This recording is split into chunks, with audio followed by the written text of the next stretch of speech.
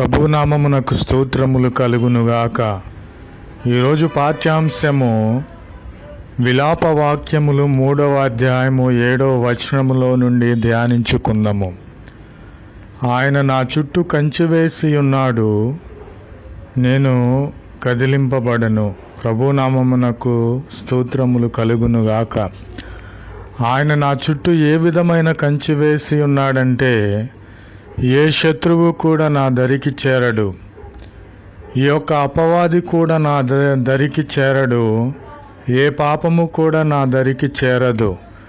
ఈ యొక్క వ్యభిచారము, విగ్రహారాధన పాపము నా యొద్దకు చేరదు. అలాంటి పరిశుద్ధమైన కంచె నాకు ప్రభు అయిన క్రీస్తు వారు నా చుట్టూ వేసి ఉన్నారు. కనుక ఆయన రక్షకుడు, నేను దేనికిని కూడా భయపడను. ప్రభు అయిన వారి క్రీస్తు మార్గములో నేను నడుచుచున్నాను కనుక, ఆయన ఆజ్ఞలను నేను అనుసరిస్తున్నాను కనుక, ప్రభు అయిన క్రీస్తు వారు నా యందు కనికరమును చూపించి, ప్రేమను చూపించి, మహాకృపను పట్టి ఆయన నా చుట్టూ కంచె వేసి ఉన్నాడు. ప్రభునామమునకు స్తోత్రములు కలుగునుగాక. ఈ లోక సంబంధమైన మనుష్యులు చెప్పుచుంటారు, నా ప్రాణమునకు నీ ప్రాణము అని చెప్పుచూ ఉంటారు. కానీ అది అశాశ్వతమైనది. వారి మాటలు ఏమాత్రము కూడా నమ్మదగినవి కావు. కానీ ప్రభు అయిన క్రీస్తు వారు లోకరక్షకుడు సెలవిస్తూ ఉన్నాడు, నీ చుట్టూ నేను కంచె వేసి ఉన్నాను కనుక ఏ దుష్టుడును నిన్ను ఏమీ చేయలేడు. కనుక యేసయ్య మార్గములో మనము నడవాలి. అప్పుడే ఆయన మన చుట్టూ కంచె వేసే దేవునిగా ఉన్నాడు. ప్రభునామమునకు స్తోత్రములు కలుగునుగాక. అలాగునే సామెతల గ్రంథము 12వ అధ్యాయము 28వ వచనములు చూసుకున్నట్లయితే, యేసయ్య నీతి మార్గమందు జీవము కలదు, దాని త్రోవలలో మరణమే లేదు. అట్టి మరణము లేని దేవుని యొక్క నీతి మార్గమును మనము కోరుకోవాలి. యేసయ్య నీతి మార్గమందు జీవమున్నది. ఈ లోక సంబంధమైన జీవనము జీవిస్తున్నామే, అది వ్యర్థమైనది. పరలోక సంబంధమైన జీవము అది ఎంతో ఉత్తమము.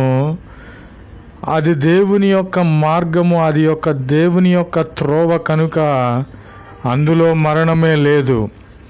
మనము చెప్పుకొనిచున్నాము, అతను చాలా కొద్ది సంవత్సరములకే చనిపోయి ఉన్నాడు, ఆమె చనిపోయి ఉన్నది, అయ్యో పాపమని మనము అనుకొనిచున్నాము. ఇది లోక సంబంధమైనటువంటి మరణము.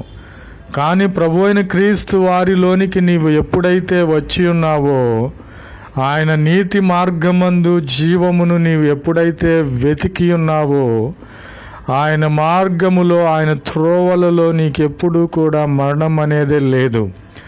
నీ రాకపోకలయందు ప్రభు అయిన క్రీస్తు వారు నీకు తోడుగా ఉండి తన దూతలకు ఆజ్ఞాపించి నిన్ను ఎత్తుపట్టుకొని రక్షించే దేవుడు. కాబట్టి ప్రభు అయిన క్రీస్తు వారి మార్గములో మనము నడవాలి. అట్టి త్రోవలో మనము నడిచినట్లయితే ఏ విధమైనటువంటి మరణమునకు, సాతానికి, దుష్టునికి ఏ విధమైన అధికారము లేకుండా ప్రభు అయిన క్రీస్తు వారు మనలను రక్షించే దేవునిగా ఉన్నాడు. ప్రభునామమునకు స్తోత్రములు కలుగునుగాక. కాబట్టి సామెతలు 28వ అధ్యాయము 1వ వచనములో మనము నీతి మార్గములో నడుచుకున్నట్లయితే మనము నీతిమంతులుగా ఉండి సింహము వలె ధైర్యముగా ఉంటాము. సింహమును చూడండి, అడవికి రాజని మనము చెప్పుకొనిచున్నాము. ఆ ధైర్యము ప్రభు అయిన క్రీస్తు వారు మనకి ఇవ్వాలంటే మనము క్రీస్తు అయిన నీతి మార్గములో నడవాలి. ఆయన త్రోవలలో మరణము లేదు కనుక ఆయన మార్గములోని జీవమును మనము పొందుకొనిన వారమై నీతిమంతులుగా మనము ఉండి సింహము వలె ధైర్యముగా మనము ఉండాలి. శోధనలు, ఇరుకులు, ఇబ్బందులు లోక సంబంధమైన వేదనలు, వ్యాధులు, ఇరుకులు, ఇబ్బందులు ఎదురైనను మనము నీతిమంతులుగా ఉన్నాము కనుక సింహము వలె ధైర్యముగా ఉండి నా గురి ప్రభు అయిన క్రీస్తు వారి వైపే అని ధైర్యముగా ప్రభు అయిన క్రీస్తు వారి వైపు చూసి విజయాలను పొందుకునే ధైర్యవంతులుగా మనం ఉండాలని ప్రభు అయిన క్రీస్తు వారి పేరట మిమ్ములను వేడుకొనిచున్నాను. కాబట్టి ఆయన మన చుట్టూ కంచె వేసి ఉన్నాడు కనుక మనము భయపడాల్సిన అవసరం లేదు. యేసయ్య నీతి మార్గమందు మనకు జీవము కలిగి ఉన్నది కనుక ఆయన త్రోవల్లో ఏమాత్రము కూడా మరణం అనేది లేదు కనుక మనము నీతిమంతులుగా ఆయనలో నిలిచి ఉండి సింహము వలె ధైర్యముగా ఉండాలని ప్రభువు పేరట మిమ్ములను బతిమాలుకొనుచున్నాను.